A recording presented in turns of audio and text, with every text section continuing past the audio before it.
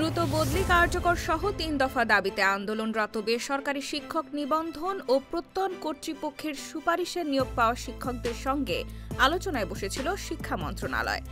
আলোচনায় আগামী জানুয়ারি মাসের মধ্যে বদলি কার্যকরের আশ্বাস দিয়েছে মন্ত্রণালয়। সোমবার 10 নভেম্বর দুপুর ১টায় শুরু হওয়া সভা শেষ হয় দুপুর ২:৩০টার দিকে। শিক্ষক নেতারা কারিগরি ও মাদ্রাসা শিক্ষা বিভাগের সচিব এবং মাধ্যমিক ও উচ্চশিক্ষা বিভাগের অতিরিক্ত সচিবের সাথে আলোচনা করেছেন। এ বিষয়ে জানতে চাইলে বাংলাদেশ বদলি প্রত্যাশী শিক্ষক ঐক্য জোটের আহ্বায়ক প্রভাষক মোহাম্মদ সারোয়ার দ্য ডেইলি ক্যাম্পাসকে বলেন, মন্ত্রণালয়ের কর্মকর্তা আন্তরিক। আগামী ডিসেম্বর অথবা জানুয়ারি মাসের মধ্যে আমাদের বদলির ব্যবস্থা করার আশ্বাস দিয়েছেন। আমরা তাদের কথায় বিশ্বাস রাখতে চাই। যথাসময়ে বদলি চালু না হলে পরবর্তীতে আরও কঠোর কর্মসূচি পালন করা হবে।